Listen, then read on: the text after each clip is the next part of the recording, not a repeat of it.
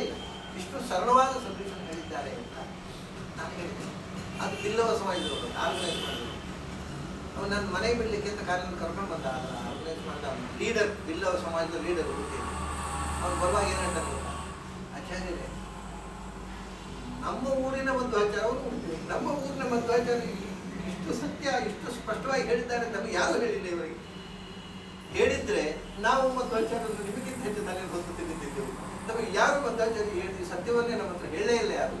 ಇದು ಆಚಾರ್ಯ ಹೇಳಿದ್ದನ್ನ ನಾವು ಜನಕ್ಕೆ ಮುಟ್ಟಿಸಲಿಲ್ಲ. ನಾವು ಹೇಳ್ತಾರೆ ನಾವು ನಿಮಗಿಂತ ಹೆಚ್ಚು ಬಿಲ್ಲವರು ಮಧ್ವಾಚಾರ್ಯ ತಲೆ ಹೊತ್ತು ಮೆರವಣಿಗೆ ಮಾಡ್ತಿದ್ರು, ಇಷ್ಟು ಅಭಿಮಾನ ಆಗ್ತಿತ್ತು.